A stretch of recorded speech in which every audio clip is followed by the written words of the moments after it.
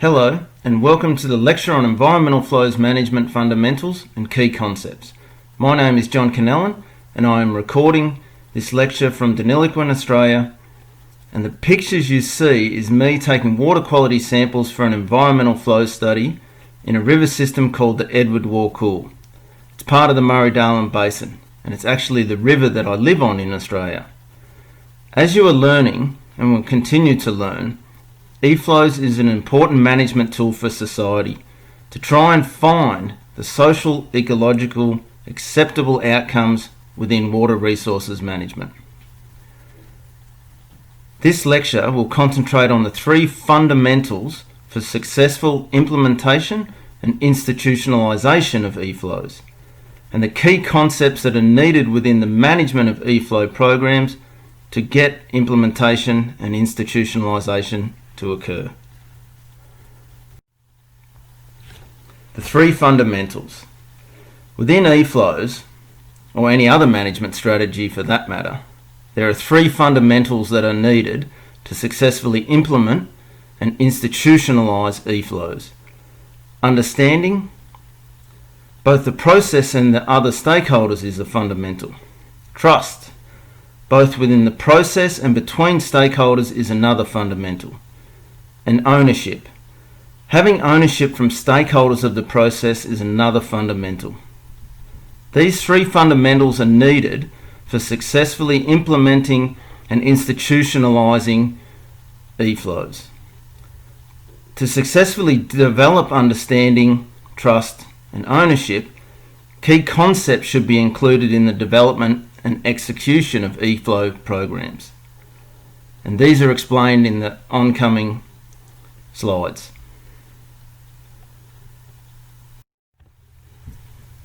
Social ecological systems thinking. There is hardly an environment anywhere on Earth that humans are not interacting with at some level. Some people may be completely reliant on the ecosystem services that their local ecosystem provides, whereas other people may be only reliant on a few of those services or those services indirectly. Many of these interactions between humans and their environment are often complex. We often refer to these systems as social ecological systems or socio-ecological systems. They are an important concept within Eflows, as the outcomes we want to work towards are ultimately derived from the different values we as humans put on these ecosystems. It is a useful concept as it puts people at the centre and ensures human and environmental linkages are built in. It also considers both human-induced and biophysical drivers and the constraints together. Therefore, when you are thinking about a system, try and consider it as a social ecological system that is linked, rather than separate social and ecological systems.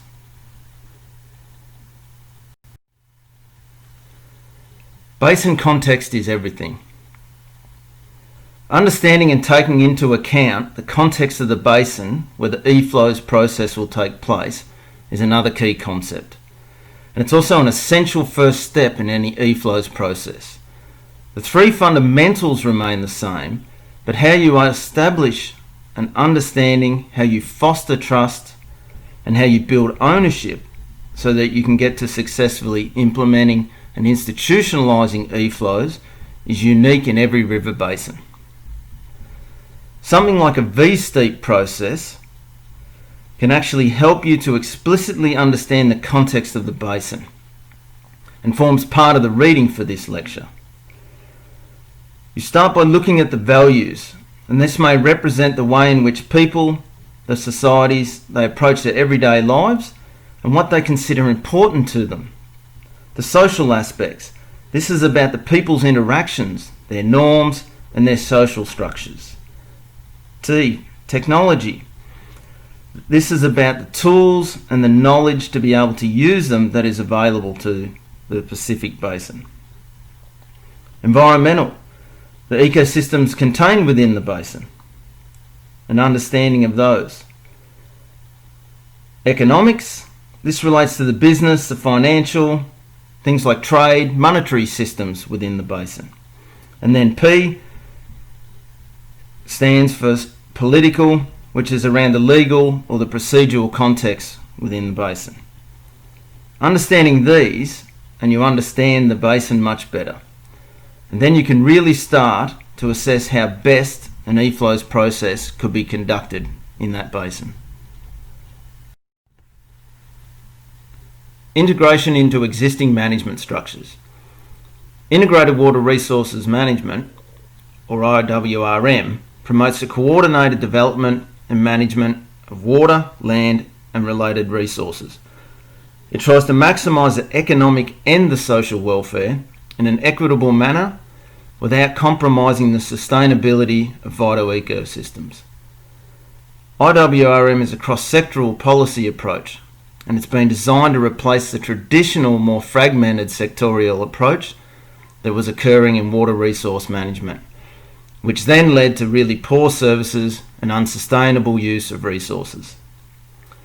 As Eflows is not a standalone process, it must be well integrated into the existing water resource management systems already in place. Even if IWM isn't occurring, Eflows needs to be flexible enough to be integrated within the existing management structure.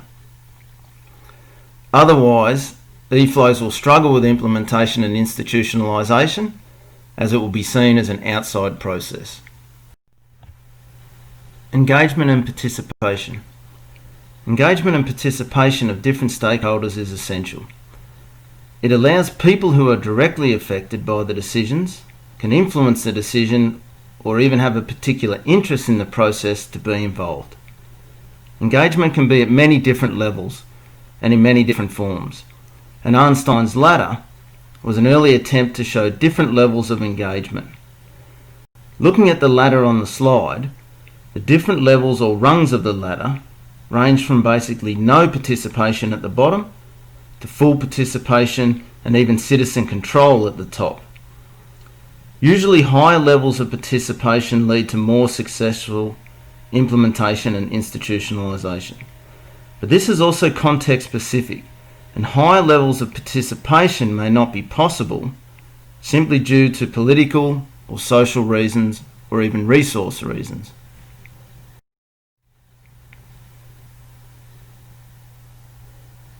Collective vision and objectives. Having a collective stakeholder agreed vision for the water body or basin in question and setting objectives is an important key concept. It allows managers and other stakeholders to understand what they all want and then work towards a common future for the system. Having clearly defined objectives allows for an explicit and a measurable process that can be checked to see if the objectives that have been set are being met, and if they're not being met, investigate the reasons why, or even they may need to be changed. An objectives hierarchy, as shown in the figure, allows for the stakeholder-derived collective vision to be broken down into objectives and sub-objectives, until eventually reaching the indicator-based measurable targets for the system. Sources and types of information and knowledge. Where, who from, and how you obtain the information for an Eflows process is a key concept.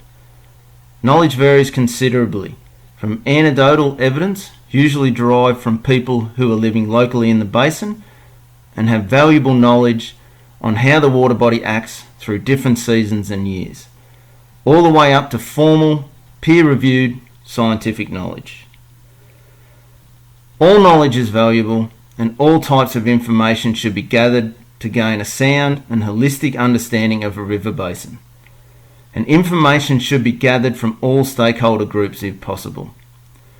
This is very important to establishing the three fundamentals, as people must understand the different sources of information, they must feel involved, and they must trust where the information is being used and where it is coming from.